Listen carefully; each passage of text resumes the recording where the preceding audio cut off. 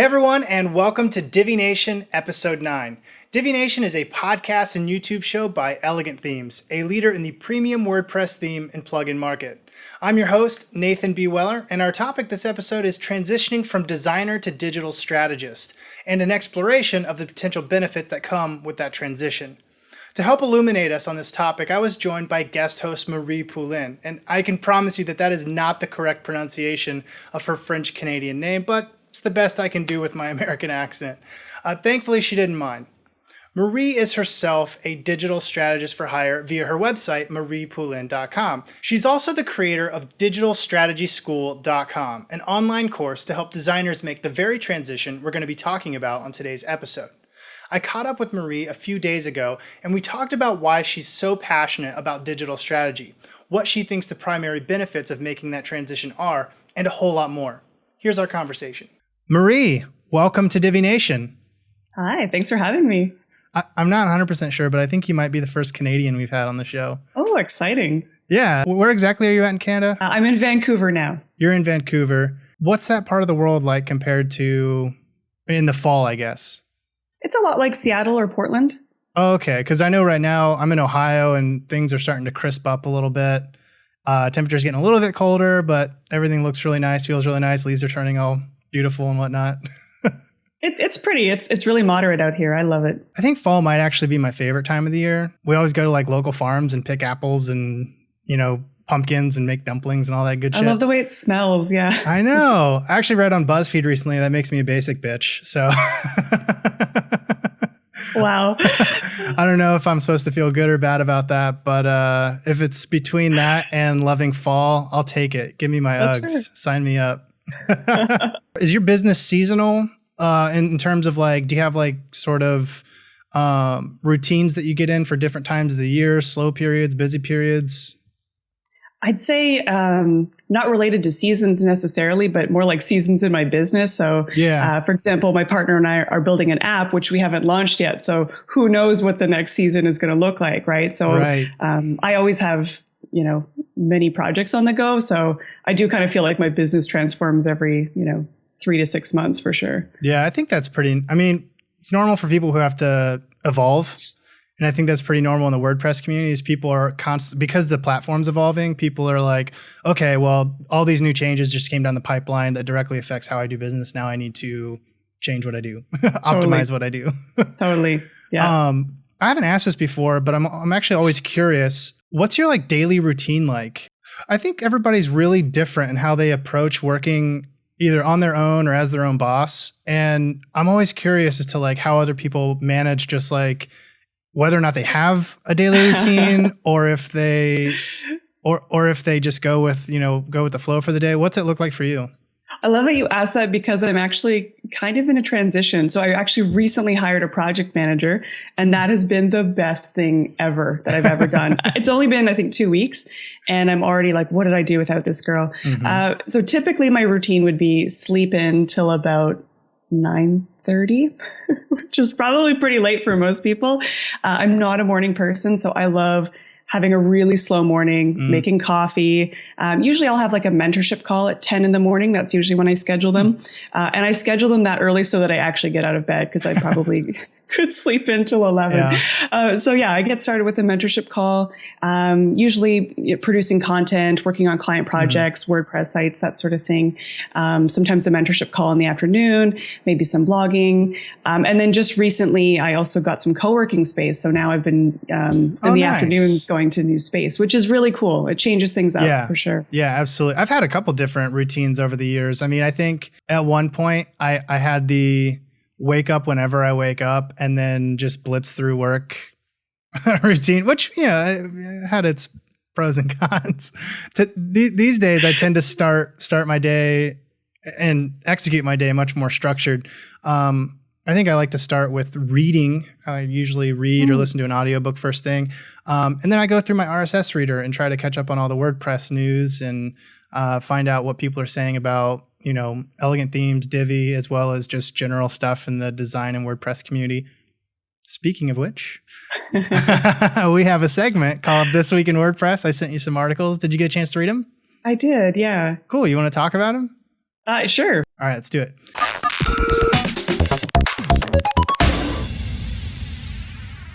This week in WordPress, there are 3 articles that caught my eye. I sent them ahead of time to Marie so that she could read them and we could talk about them.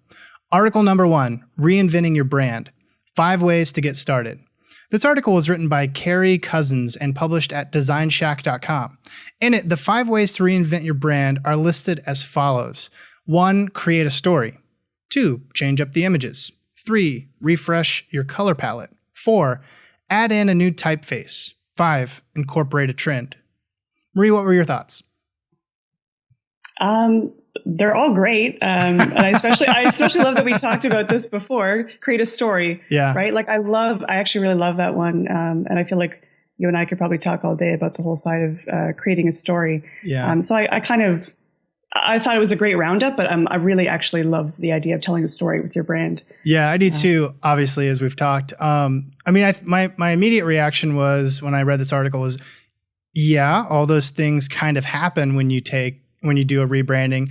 But what I think, maybe a little not concerned about, but just from a client perspective or from the perspective of a freelancer who wants to help people rebrand, I'm not sure those 5 things really help you with like the methodology or the framework that you would use when recreating somebody's brand. Like those 5 things would happen, but that's not what makes a rebranding actually work or makes a new brand better. I think if you did those 5 things alone without some type of philosophy behind it, you'd get a new brand, but there'd be no guarantee of whether or not it's actually a better brand. It would just look different.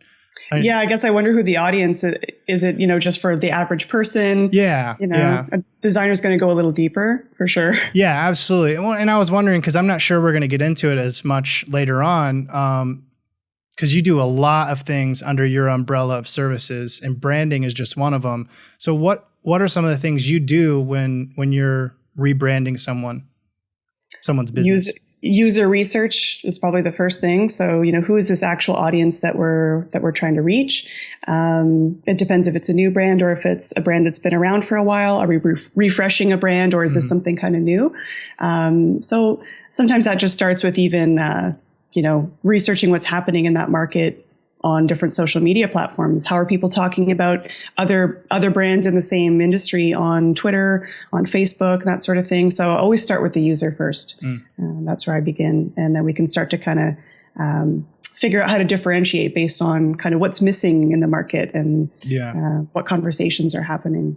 Yeah. For me, the 2 big things when I go about, establishing a brand is, first I try to find the values that power the brand, like the values of the people working at the brand. And then go, okay, how do you create, a persona that embodies these values, and how do we tell stories that have these values living at the center of it? That's where I would talk about the story thing. And then kind of what you're saying, after that, you do some research on that would essentially become positioning, and that positioning helps them, know where they're going to stack up against their competition in that market and go on from there.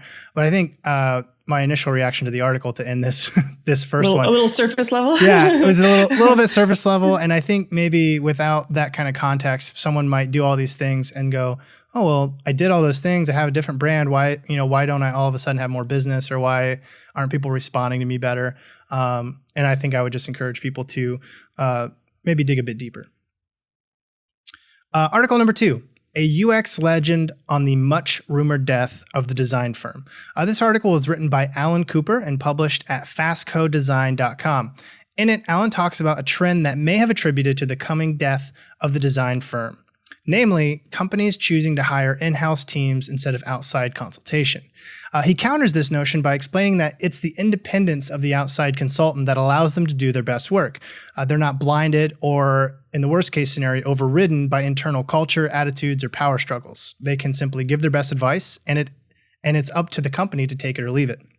For the most part, I think I agree with Mr. Cooper.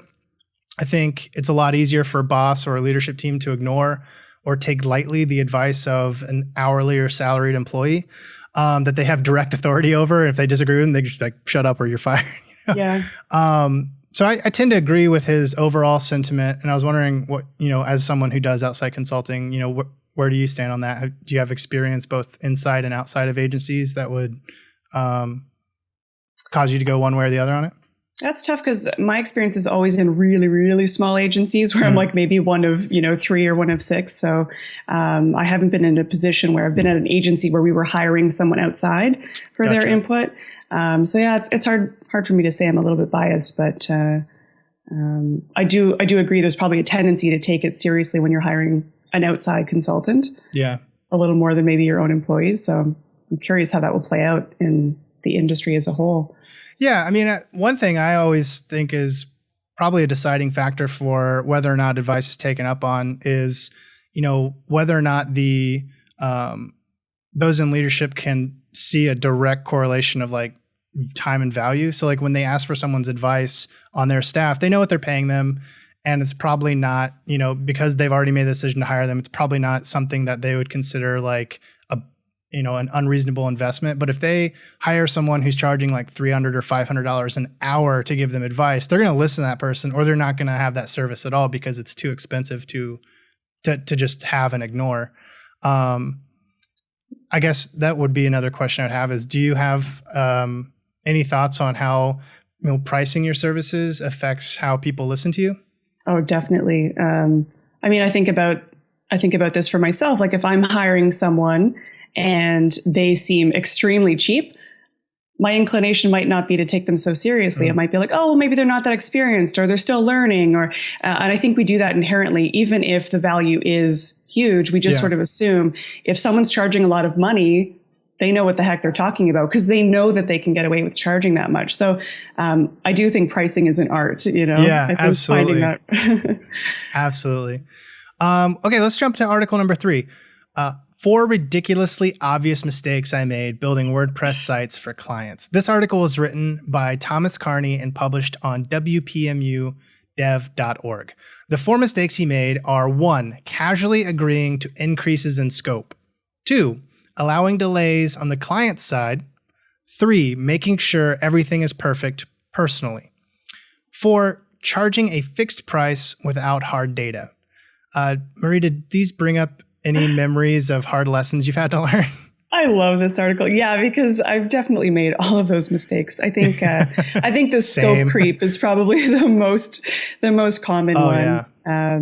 Absolutely. And I actually really liked number 4, the fixed price without hard data. So I think a lot of us have probably all made these mistakes where you're like, well, this is what I'm going to do value-based pricing. And so it's going to be this much. But if you haven't really been doing time tracking and really knowing how long it takes you to do your projects, and you're still kind of new, that can come back and bite you in the butt, especially if your contracts aren't bulletproof too. And you haven't said what constitutes a revision, right? Is it like, what does the client imagine as a revision versus what you were thinking? And so lots of assumptions can happen in the beginning when I think your contracts haven't been fully fleshed out. So I've definitely made all of these mistakes. Same. And I don't know if this is one that I would add or just like fit into some of these, because it definitely fits in. But the counterpoint to your not having bulletproof contracts is not having contracts and working with friends on like basically a handshake. So then it kind of takes away your ability to say, you're being unreasonable, bugger off, whatever. You have to go, we didn't set expectations. Right? Well, we didn't have a contract. And now I basically have to tell them that even though we're friends, I can't continue to do this work for you because at this point I'm doing it for free. I wonder how many designers have lost friends over projects. I can name very many. Yeah, on the last episode, or 2 episodes ago now, Andrew and I were joking about how he said plumbers don't have friends because they don't want people calling them up in the middle of the night going, hey, can you come make sure my toilet flushes or whatever. It's so true. It's so true. Okay, cool. Well, let's wrap this up. That's all for this edition of This Week in WordPress. If you're interested in reading the articles we discussed, YouTube viewers, you can check out the video descriptions and for links, and everyone else can find the show notes on our blog. Just go to the community category in the right-hand sidebar and check out the post for Divi Nation episode 9. The next segment of the show is where we get to know our guest hosts in a bit more detail and pick their brain on this episode's main topic. Our guest today is Marie Poulin, and our topic is transitioning from web designer to digital strategist. Let's dive in. I love getting the backstories of our guests, and I think it's really important for a few reasons. First, it helps everyone see that the types of people who find success with WordPress and Divi are really varied. And on the other hand, it also starts to reveal certain commonalities, shared attributes, career trajectory patterns that people can recognize in their own life or adopt and replace or augment whatever their default mode of operation is in order to try to get to a better place themselves. So I guess my first question's got to be this then. So what's your story? What was your life like leading up to working with WordPress and Divi? So I went to design school in Ontario, the York Sheridan design program. So there was a little bit of interactive work in there, but not really. So we learned HTML and CSS basics, but I never liked any of the interactive courses. So I mostly stuck to the design side. And it wasn't until working at a really small studio after I graduated, it was just me and one guy, Gordon. He was an awesome mentor. And I actually do believe that the first job that you get out of school it just kind of sets the tone for the rest of your career. So I feel really, really lucky that I got to work with him for 4 years. Amazing guy. So I got to see how everything worked, right? So it's just, I'm seeing him in client calls. I'm seeing actual proposals. Mm-hmm. I got to see all of the behind the scenes and how he spoke to people. And I think that was a huge part of kind of setting me up for success was how does he actually run a call? How does he run a meeting? How does he talk to people? Yeah, that's huge. It's an amazing insight to be able to get to see, the project management side of things, but also the technical and kind of everything. That's a lot of experience you would not get at a larger agency or anywhere Absolutely. Where you're considered an entry-level employee. You just don't get that kind of access. And there's pros and cons to that too, right? Like as a result, I am a generalist. And I know there's sort of people say it's not good to be a generalist. I think I have experienced success because of my generalist nature. I don't think it's the same for everyone, of course. Yeah. But I just feel like I got a really well-rounded experience working with him. So I stuck that out for 4 years. But towards the end, I was starting to do a little bit more I was the only web person on the team. So he's like, great, you want to do a website? I'm like, sure, I learned a bit in school. I'll do that. And as I was telling you before, I worked with Text Pattern. Most people haven't even heard of Text Pattern. So that was a content management system. It's an open source platform. It's a pretty cool community, but I found it's really hard for clients to work with. It was really hard for them to update. And I just started to feel like it was getting more and more difficult to keep them updated. I had dabbled in WordPress a little bit. And again, this was like 8 years ago or so. So It wasn't what it is today. And the themes aren't what they are today. And I didn't know a ton about PHP. So it was more intimidating for me to try working with WordPress. So I was like, I'm going to stick with this text pattern thing. Then I started hiring developers, actually. So I worked with a developer who did most of my site development for a while. And I was still tinkering around once in a while with WordPress because I was getting clients coming to me that already had WordPress sites. I was like, I can't talk everybody into switching to some really, not usable admin end when they've been used to working with WordPress. So I started seeing that it was a trend picking up, and I was like, if I'm going to adapt, I'm going to have to figure out this WordPress thing. Yeah, absolutely. So what made you decide to break out on your own from the agency? Because it sounds like you had a pretty good relationship there, or at least you enjoyed your role. So what made you decide to strike out on your own? It had been about 4 years. I was doing a lot of freelance on the side, evenings and weekends, and I was working way too much. But I loved the interesting projects that I was working on that were coming in the evenings. Yeah, and your freelance was as a designer and developer? Yeah, mostly website stuff, logos, websites, some print material. Like I used to work on a bikini catalog, just like whatever random projects kind of came my way. And I just felt like I needed more control, and I actually really liked the challenge of the client side of things. It was intimidating, but also really, I was just really curious about it. And just at some point, I felt like I'd outgrown my position there. And they sort of knew it too.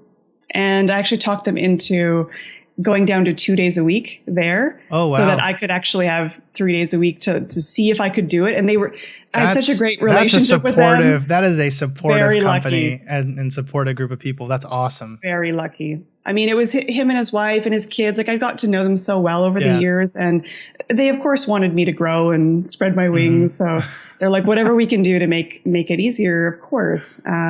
And since I was the only web person there, that was going to make a big dent. And so we needed to make sure that somebody else could kind of fill my shoes. Yeah, so there was a transition period there. Today, you call yourself a digital strategist. Can you, just to set the sort of tone for the rest of the interview, can you tell us in sort of concrete terms, what exactly is a digital strategist? Yeah, I define it as I help people grow online businesses. So it's kind of seeing the big picture of somebody's business. It's integrating marketing practices. It's a little bit of business strategy. It's a little bit of everything. So again, still a bit of a generalist, but I see how all the technical pieces come together, and I also see how the marketing, branding, design pieces all work together to build their audiences, meet their goals, whatever those are, whether it's launching a new product, whether it's launching a new course, trying to increase their sales. So it's still kind of a little bit of everything. But yeah, it's using, market research to help people meet their business goals. Cool. Was there a time after you broke out on your own where you were a freelance web designer and not a digital strategist, or did you start right away as a digital strategist? No, I definitely evolved. I mean, I started out as an interactive designer and I think it was, interactive web and design or something like that. And then it was digital craftswoman. And so I've definitely gone through tons of evolution in terms of my positioning and how I talk about myself. So that's actually something I'm really interested in, because obviously I think because we're talking about the benefits of transitioning to digital strategist from web designer, WordPress developer, whatever people are labeling themselves. I'm really interested in figuring out, at least one example of what that journey looks like and, what the transition actually looked like in stages. Can you tell us about that journey for yourself? Yeah. And I see it as a big experiment. Like, I always encourage people to, almost to not take it so seriously, right? Like, I need to pick a niche and I need to make sure, I've said exactly what I do and I have all the pieces of my portfolio that support that. And it doesn't always work so cleanly, right? So, like sometimes you just start taking work and a year down the line, you go, you know what, I'm best at X, Y, Z. Let's package that together. And that's my thing now. Totally. Did it look like that for you, or was it more, I guess, planned out than that? Cause that's, I think, maybe the really random approach. Did you have something in between? Random and structured? Random and structured. Yeah. The transition wasn't planned. I had no idea where the trajectory that my career was going to go. I was like, I'm Marie, the web designer. Like, that's kind of where I was. I didn't know what was possible. I didn't know where I was heading. I was just like, great, let's just get bigger projects, bigger clients. Cool. Let's test out the waters. And it probably wasn't until working with Marie Forleo that I started to really see what was happening in the kind of online marketing world. And I was like, oh, okay, there's, really what I was seeing was design was way too separate from marketing. So people were building these beautiful sites. I was guilty of it. You build a beautiful site and you're like, yay, my job is done. And then it doesn't bring in revenue. It doesn't bring in an audience. It's a pretty website, but with no plan for how are people going to visit it. Yeah, it's not necessarily integrated into like how they're building their funnels for email building or for email lists or for sales. It's not really, one thing that I like to do, and I think we've probably talked about in our pre-interview, was, just on that idea of stories is, if your brand story, your brand values, if you're not telling that, at least in part with the design of your website, you're kind of missing a big opportunity. And so that would be another example of how you can integrate much more than one aspect of someone's overall digital strategy into a service. Definitely. I feel like a lot of designers kind of see making money as selling out, which I kind of felt like that sentiment was kind of rampant in the design community. Like, oh, don't make me put that opt-in on the site. Like, it's so ugly. And I get it. But so what can we do as designers to challenge, for example, what was happening in the marketing space that was like, you must have a landing page that removes the navigation and tricks people into buying your product and lots of arrows. And that's not the way either. So what's the in-between between like beautiful design and marketing that works? And so that's where I was kind of curious where that intersection happened. So in your descriptive copy for one of your projects called Digital Strategy School, you say, we help designers transition from fumbling freelancers to trusted advisors. Yeah. That makes me think of three questions. And so I'll just ask you 1, 2, 3.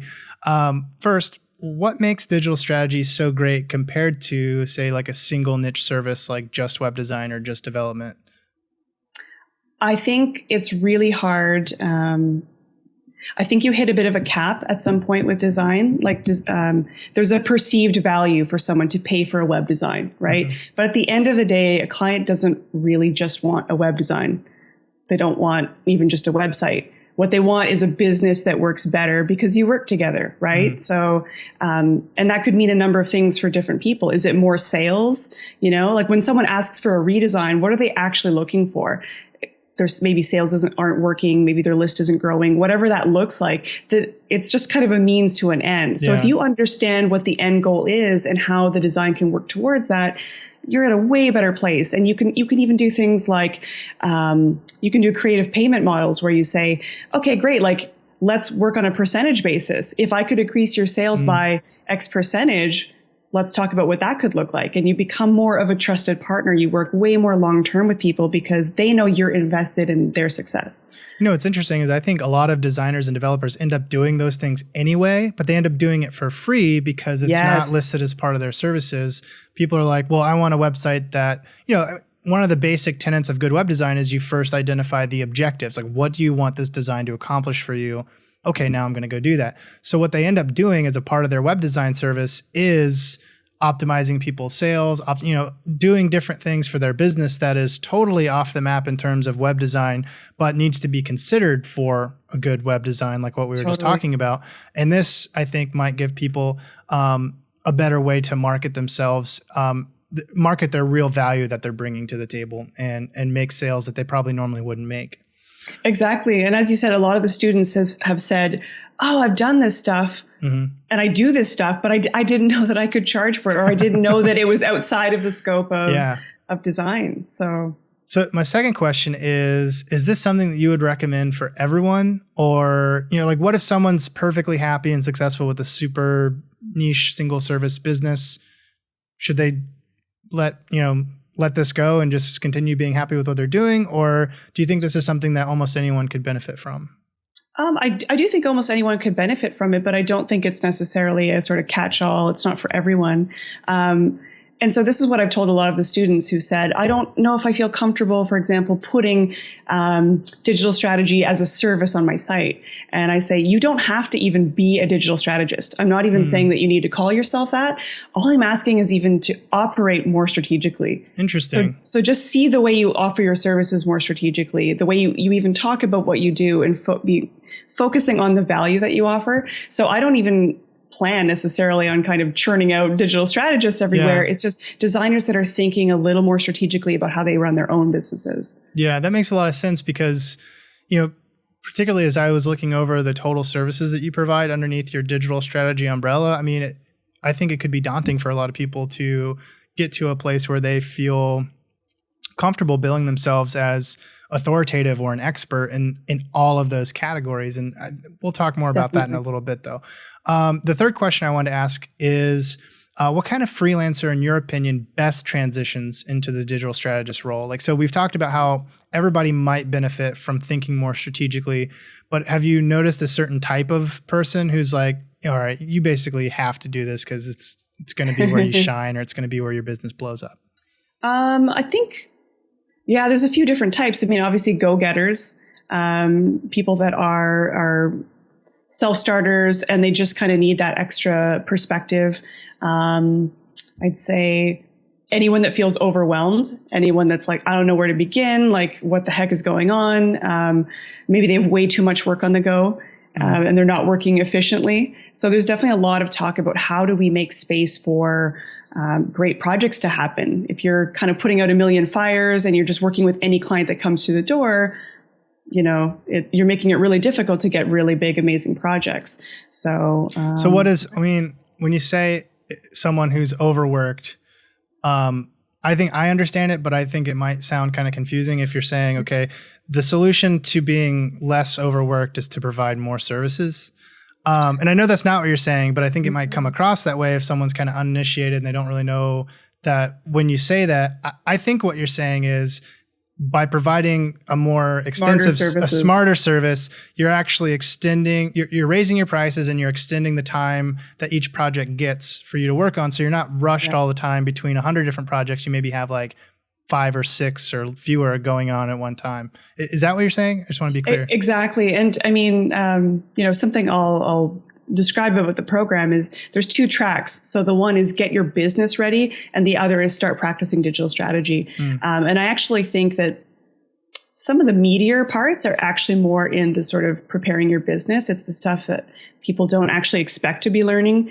It's a lot more of the soft skills. Like, how are you actually talking to your clients? How are you actually positioning yourself? I feel like the part that is harder to learn is some of those behind the scenes. Like, here's how I actually run a client meeting. Like, here's the proposal that I actually sent to a client, and I'm sharing with you with her permission. And this is how the first call went. And I go into great detail about here's how I get a $15,000 project. Here's what the process looks like.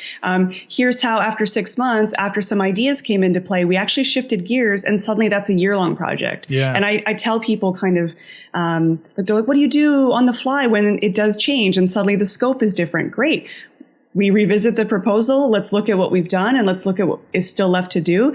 And so my approach is quite flexible. I'm always willing to kind of pivot, and I'm the kind of person that's always throwing new ideas out there. And in the beginning, I used to kind of shoot myself in the foot because they'd be like, oh, we should add an online course. And the client's like, great. And I'm like, oh crap, I didn't add that to the budget. Now I have to do that. I guess I have to do it. But now what I'll say is, great. Okay, so that's going to add like another month or 2. Like, are you okay with that? Let's do that. Great. Sounds amazing. So sometimes I'll shift from a fixed fee to a retainer and say, hey, what do you think about actually moving to a retainer for the next 6 months? And we can chip away at this and launch in December. And I feel like that flexibility has actually been a huge bonus.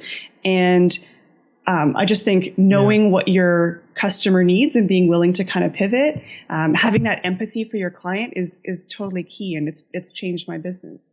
Yeah, I think that's probably a good time to transition to a part of the discussion on what the digital strategy process actually looks like from start to finish, and then maybe add some client stuff in there. So let's do this. Let's say that I'm a new prospective client. I've just reached out to you and I'm interested in hiring you. In sort of broad strokes, can you walk us through what our working process would be like from start to finish? Obviously, I've seen some of your workflow stuff. It's pretty extensive. It's very long. So you don't have to go into every stage, but if you could maybe create bigger stages and kind of break that down for us, that'd be great. Yeah, I'll kind of summarize. And again, depending on someone's budget, depending on the size of the project or kind of how involved I'm going to get, it might be a little different for each client. And I do work with a lot of people that I'm really close with too. So sometimes I feel like they've given me enough permission that I can kind of take it and run with it. But essentially, I'm going to find out, what do you actually want at the end of the day? So what are your objectives? What are your goals? What are your values? Like you were saying, how long has your business been around? How long has your brand been around? How are you perceived currently? Like, so it's a lot of kind of auditing, right? Like, let's see what's actually happening for you already. What do we have to work with? Sometimes I'll even, creep on social media and I'll just say like, what's happening? Like, what kind of things, how are people responding to you? What's the engagement look like? What's the kind of sense? So I do a lot of research and digging, and then I'll actually research the market as well. Like, what is happening in the market in the space that you're playing. I find that the term market research is, it's something you hear all over the place, but I just want to let everybody know, like, sort of demystify the term. That's one thing I try to do as much as possible on the show, is just make sure that if there's a buzzword or a term that gets used a lot, that we actually take the time to say, this is what that actually means. Because I'm not sure people really know what it means to do market research. What do you do when you do market research? And as a solo person, I'm probably going to do very scaled back market research from what, a larger agency can do. But it's literally researching that market. So if you're like a nutritionist, for example, I'm going to research that market. I'm going to say, I'm going to look at keyword trending. I'm going to look at, Google Trends. Google Trends is a great tool for that. How are people on Facebook, for example? I'll look at the most well-known companies or services in that niche and say, all right, who are the major players? Who do people go to when they're looking for advice on X, Y, Z? And so social for me is a place where I typically do a lot of social listening. So I'll look on Facebook pages. I'll look on Twitter. You can look at what's happening on Pinterest. There's so many different places to look depending on the market, right? So I'm pretty entrenched in Facebook. So for me, that's a great place to do research too, because people don't know necessarily that you're, I don't want to say like, I'm listening in, like I'm just always listening to what's happening. Right. So I'm just I'm making heuristic observations. So it's, yeah. Thanks for clearing that up. You can go on with the overview now that we've got. So what happens after market research? So you do your creeping and then you start setting some goals, so we can't necessarily do everything at once. So what's the next thing that we want to do? Do we want to increase your sales by 20%? Do we want to start doing a list building campaign? Do we want to launch an online program for you or a course, right? So what does that look like? And of course, that goal is going to be different for everyone. And I might help someone set that goal, or they may come to me with very specific goals. So it all depends on, again, how new the business is or how established they are. So once they set some goals, we outline a plan of action. Like, how are we actually going to pull it off? What's it going to take? How long is it going to take? Do we need to hire extra people on your team or for me? How is the design going to get us there? So sometimes it's not even design related, right? Sometimes I'll say, great, sounds like you need to put a blog in place. Like, you guys aren't blogging at all. There's no inbound marketing. So I'll often encourage people, you need to build your audience. You need to build some traction. You need people knowing that you're the go-to person for that thing that you're talking about. So if I know someone's launching an online course, I'm going to say, like, 6 months before, you guys need to start building up some epic content that positions you as that go-to person. So a few questions. First of all, from the time that you start this conversation with them to the time that work actually starts getting done, how long does that typically take? This whole planning phase? Oh, again, that's different for every client. I have some clients I've worked with for a year. Sometimes it's 3 months. Sometimes it's a couple weeks. It really does depend on the size of the project and the budget, of course. Yeah. Well, I guess that's my question, or that gets to the heart of the question, is because people are going to have different budgets. That's obviously going to determine what type of client you can work with. Because I would imagine that clients with smaller budgets who want a quick solution for their money, they're like, well, we have a very small budget, which means I can't afford to have you on for 6 months or a year to get it done, quote unquote, right. They're like, are those even people that you work with, I guess, first of all? Usually not. Okay. And again, with Digital Strategy School, now I have an amazing pool of designers that, great, here's some people that need work. I'm happy to pass you off to somebody. Okay. And so the second of all on that is the people who do stick around, I guess if it's not going to be the same for every client, maybe you can give me sort of like an average, just so I can give people an idea of what's a reasonable amount of time to plan before you actually get into deliverables. Because, and I think this has come up multiple episodes, is I don't think people spend enough time planning. I think strategy and planning and making sure you have all of that set before you start actually doing stuff ends up saving you tons of time, lots of spin, lots of like wasted effort. So what does that on average, I guess, look like for you time-wise? Oh gosh, that is really hard to say. Because I do feel like they're sort of all over the map. For example, I have a woman that I've been working with. Maybe break it down by types of client then. Like, say you have a $12,000 client, what does that planning period typically look like? I'd say maybe 6 months. Or sorry, the full project would take place around 6 months. So now, admittedly, because I know my tendency is to always be in kind of strategist mode and big picture mode, even in like month 4, I'll be like, oh, I just thought of this thing. What do you think if we were to add, X, Y, Z? And they're like, great, sounds amazing. And that project might extend 4 months, right? So that's kind of how I operate. And they know that I'm always thinking about them and kind of what's going to happen for their site. And so if I'm adding suggestions, it's not because, I just want more money, and more months that we're working together. But naturally, the projects that I work on end up going very long term. So I have clients that I've worked with for 3-4 years. And they're like, great, what's the next project we can work on, or help me with my next launch. So it tends to be long term. So how does that work? Do you have like a subscription or retainer program or like a offering that you have, or do you just say, hey, we're getting to the end of what we initially budgeted and planned for. Let's do it again, basically. Or how do you do that? Yeah, again, it does depend, but I would say, for example, if we're coming up on the end of that 6 months, I might say, hey, we're coming up, but it looks like there's still more to do, or there's more pieces in place. Do you want to continue working together and on a retainer basis? So typically when I quote a project, I'll actually break it down. So if it is a $12,000 project and we're working for 6 months, great, $2,000 a month for the next 6 months. And if the project keeps extending, I'll say, hey, do you want to continue that retainer? Do you want to do a slightly smaller retainer and it's mostly just maintenance stuff? Let me know. I'm very kind of go with the flow that way. And I feel like I charge enough to be very generous, very generous with my clients. So even though they're paying me a lot, they're still getting way more than they're paying for. And I think they know that and they feel that. That's what's most important to me, is that even though they're paying a lot, they're like, yes, like I want to work with her, and I'm getting way more than I'm paying for. So you guys offer a lot of services, and I've mentioned this already, but I'm interested in the execution of those services now. Do you guys do all that yourself? Do you outsource? Do you work with trusted partners? How do you get everything under that service list actually done? I would definitely pull in key people. For example, if someone needed some advanced search engine optimization, like I can make a search engine friendly website, but I'm not an expert at SEO. So I might make certain recommendations and say, cool, based on the fact that you have a brick and mortar business and local search might be important, you probably want to talk to this guy. And I'd recommend he could set up a campaign for you.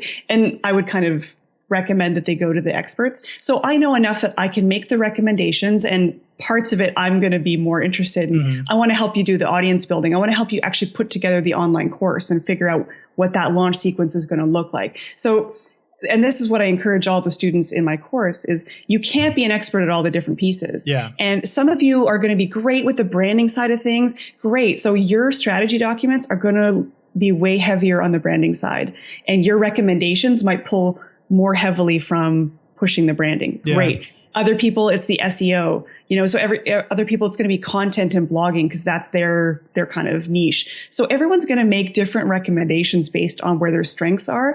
And all I do is encourage them to learn a bit about the other pieces that they don't really know, so that you get that well-rounded experience. But I always encourage, great, hire someone to help you with your social media. If that's something that you're not strong at, hire the experts. But to answer your question, like I do the execution on all the projects. I'm doing the design, the development, integrating all the pieces.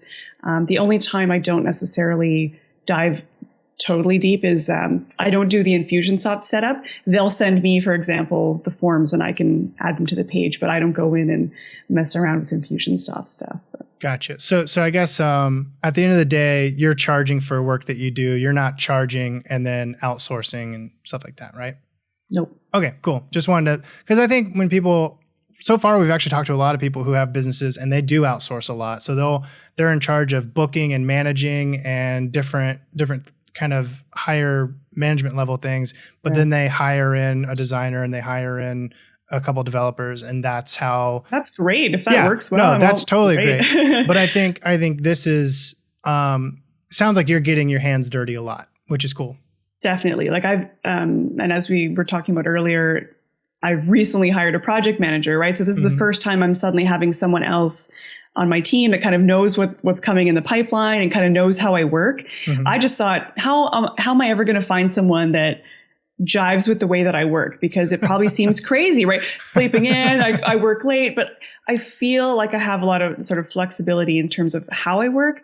And again, let's just change that project into like a 6-month retainer. Like I can roll with the punches because I've been doing it for so long. I wasn't sure how a project manager would kind of, where are they going to fit in? Are they going to kind of, right. So I was really nervous for a long time about bringing anyone onto my team. I'm like, who's going to be able to work with the way that I work? And that's why I feel like I found this unicorn of a woman who's it's making it a lot easier and giving me a lot more structure, which still is allowing me to be free within the constraints of that structure. So that's cool. That's great. Let's talk clients for a second. How do you deal with people who contact you in panic mode? They love what you have to offer, but they want it right now because their business really needs it. Not available. Gotcha. No, I don't do any rush work, no emergency timelines. I've had those years where I'm like, oh my gosh, like I just feel like I'm putting out fires all the time. Mm-hmm. It's super stressful. And you can't give everybody your attention when you've got like 20 different projects that just feel like they're all emergencies. Yeah. So it took me about a year to say no to everything that came in the door and let go of 2 to 3 clients that great clients in some ways. I love the work. I love the people, but I couldn't deal with the super fast, like, oh my gosh, I need this by like Monday morning. Great. There goes my weekend. I don't want to work like that anymore. So even though I think you're awesome, I'll pass you off to another designer that needs the work and is building their portfolio and actually doesn't mind doing that work. How do you, because I think that's, obviously what you're describing is the kind of work-life balance that I think a lot of people aspire to. I haven't figured it out yet, by the way. Right. But the ability, that's a big step though. Just the ability to say, you know what, I don't work that way. I do it like this. But in order for you to consistently get clients that think the same way, I guess I'm wondering, do you have to coach people down that path, or do you only work with people who come to you already having kind of got it that, business is a process, online strategy is a process. It's something that we're going to do in iterative bursts. It's not something that we're going to sit down and hash out in an afternoon or a week or a weekend or whatever. Yeah. Sorry. What is that? Those conversations look like, and how do people tend to come to you on that issue? I'd say as of late, maybe in the last year or so, I don't need to coach anyone. Like if they're coming to me and I have that first call with them, it's because I know we're going to work together and we make sure we're on the same page. In the past, before I really, really knew kind of what are my strengths, how do I work, what does my process really look like, it was, okay, great, like that client seems like a good fit. And then, we start working together and maybe they delay for like 2 months and they say, oh, sorry, we need to go produce our content, sorry. And they disappear for 2 months. And I say, that's no problem. I don't mind being flexible, but I'm going to expect the same flexibility if I have to take on new clients. And then when you're ready, I may not be ready, right? Yeah. So I just sort of say, I'm super happy to be flexible about this, but I need to make sure we're kind of on the same page about that. And so, sometimes that process can be a little tricky to make sure, I want to make sure you're happy, but we have to respect both of our boundaries and our time. And that stuff takes time to figure out. And the language of that takes time to figure out. Like, how do I word this thing to a client? It's really awkward, but most of the time it doesn't need to be awkward. If you just say things with a little bit of kindness and directness and keep it really simple, don't overly explain those long emails. Like, it's awkward. It doesn't need to be. That is what makes it awkward. Like totally. exerting your boundaries or explaining to people what your boundaries are. That's not awkward at all. That's, that I think people respect it. They respect it. It comes across as mature. It comes across as collected and professional. But if you're like, I discovered that this is the way I work because of the, way I was raised, and I had this experience when I was 16. You're like, I don't need to know. Yeah, that's where it starts to get weird. That's where it starts to get awkward. Definitely. Yeah. There are all kinds of clients. We could talk about client examples all day. One more that I wanted to ask, particularly because of the structure of this service. It's ongoing. There's a lot of different parts to it. Do you ever have clients who want to pick and choose a la carte style? Like you're offering a full strategy package, but they're like, I love all that, but I just want the web design and I just want the course built.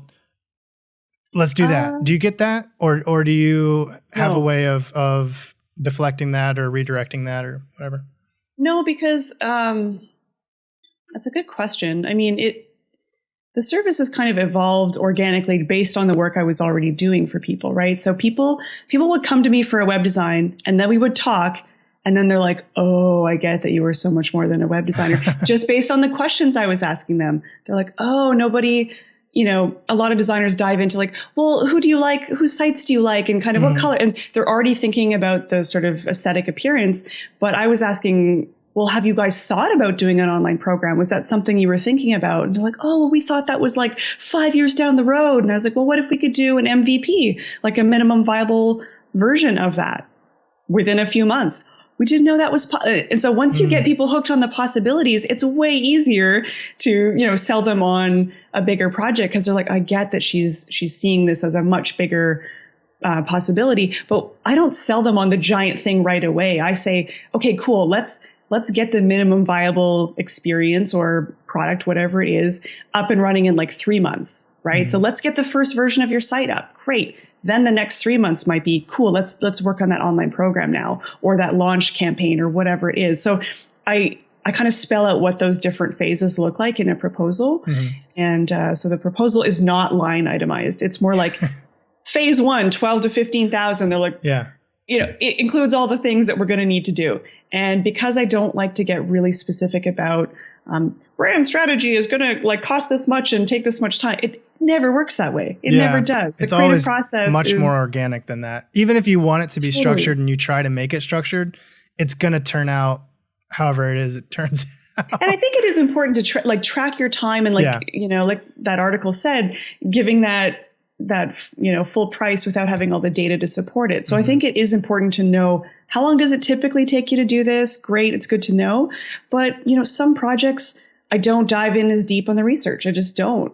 Sometimes it's like, that's not as important to this client. Like it's just not that big a deal. So I think knowing how to read between the lines and really know, like, what does your client really need and what are they asking for?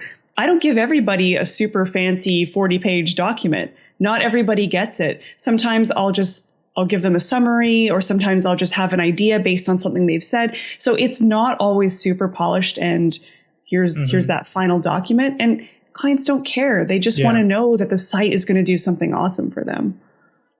That's awesome. And I think that's really practical. It is. Because you're right. I mean, and plus that gives you, if you give yourself the permission to operate however you need to operate, I think what that does is it allows you to get on with the work and allows you to meet each client where they're at. Because like, some clients, they may be at a place where they both want and need something formal, something like that they can share with other people on their team.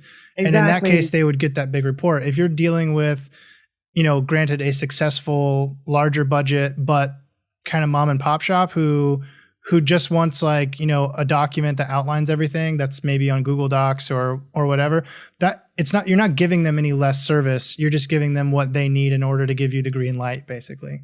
Exactly. Not everybody needs the same level of documentation. And I think that's probably something that surprised a lot of the digital strategy school students is that I'm like, hey, guess what? Every project is different. Guess what? But if you have a process that you can kind of fall back on and you know what the different parts are and you get to know your clients, you're going to be able to kind of fall back on these processes, but also adapt and be willing to shift gears. If that doesn't really make sense for this client, cool, skip it. Like it doesn't, you have the flexibility and the freedom to do that. You get to design your business the way you want to. Absolutely. Well, I think we're getting up against our time limit for the interview, which means it's time to leave with a parting thought. At the end of each episode, I like to ask our guests to leave us with a parting thought that encapsulates their take on our main topic. Today, we've been talking about the benefits of transitioning from web designer to digital strategist. I hope we've covered the big picture of digital strategy and explained why it may be a good move for some in the community to shift into. Perhaps the one thing we haven't covered, which I'd like to end with, is how to gain the knowledge necessary to make that transition. So my final question to you, Marie, is, for someone who's convinced, they're like, okay, I would like to make this transition. How do they go about equipping themselves with the knowledge that they need in order to start offering a full digital strategy service? Am I allowed to say, sign up for my program? You can, but maybe also cite some of the sources and things that you did when a program like that wasn't available. Oh, man. I'm always taking courses, doing research on marketing, places like Unbounce. Unbounce is a really great resource. SEO Moz, or Moz, however you pronounce that. Learning about inbound marketing, email launching, like all that stuff is really important. So it sounds a lot like what you've been talking about this whole time has been basically knowing better than most people how an online business operates and functions and what the moving pieces are to that. So I guess to kind of frame the question that way, you've already stated some, but what are some other places that and other resources that you've used to kind of train yourself in how to be an online entrepreneur and be able to offer a successful version of that to your clients? I mean, I'm always watching what's happening online. I'm just paying attention to what are people doing in the online marketing space. What are the current trends in online marketing right now? Research, Google. I'm just always always researching to find out what's happening online. Like there's lots of people who've inspired me, like Nathan Barry was a really great resource. Brennan Dunn talks a lot about, freelancers transitioning into higher rates. How do you move more into that consultant rate? So I start studying, if I want to be perceived as an expert, how do experts behave? What do they do? What do they do differently? So what do I need to know to kind of position myself as such? So, and then whatever that answer is, just go after it. Cause it sounds like that's what you did. What are the experts doing? Yeah. Well, I really appreciate you coming on the show. I think it was a great interview. So Marie, thank you for being on Divi Nation. Thanks for having me.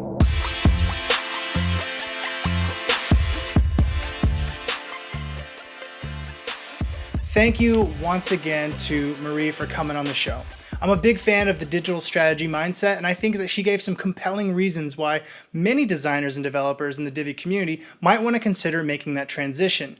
We've got one more segment in today's show, another edition of Divi Quick Tip. This time around, I'll be sharing another gem from our support staff, how to make Divi's hamburger mobile menu your default desktop menu.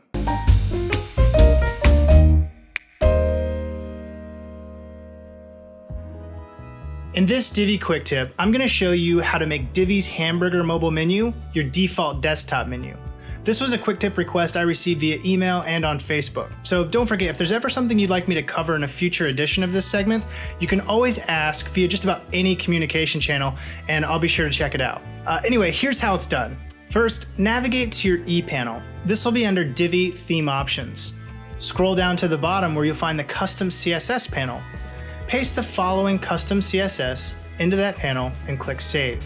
You can find that CSS and the next bit of code we're going to use in the blog post for this edition of Divi Nation. That's Divi Nation episode 9. You'll also find it in the video description on YouTube.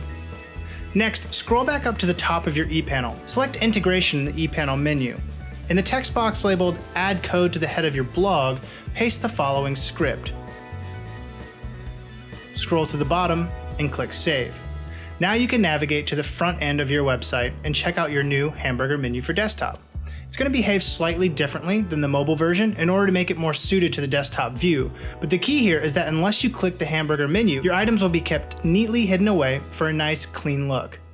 Well, that's it for this Divi Quick Tip. If you have a Divi Quick Tip request, you can place it in the comments here on Facebook or on the blog. You can also tweet it to me at Elegant Themes Twitter account, or email me at podcast@elegantthemes.com with the subject line Divi Quick Tip request. Well, that's all for this edition of Divi Nation. Next week on the podcast, I sit down with Julie Hall to talk about lessening your workload, gaining more revenue, and doing better work, all by creating customer journeys.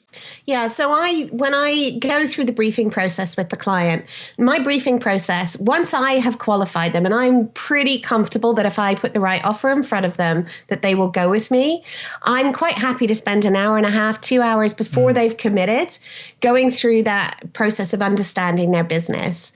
And then from that, I put together a proposal document, which is not just how much this is going to cost, but it outlines pretty much everything that I see, the value that I think I can bring, the outcomes that they want to get, and then have the price on it. And that is that I put a lot of time, like you said, into the way that looks, so that and the information that goes in there. And I have been told by a lot of my clients that process has actually helped them really understand their business much greater than they did beforehand. That concludes our show for this week.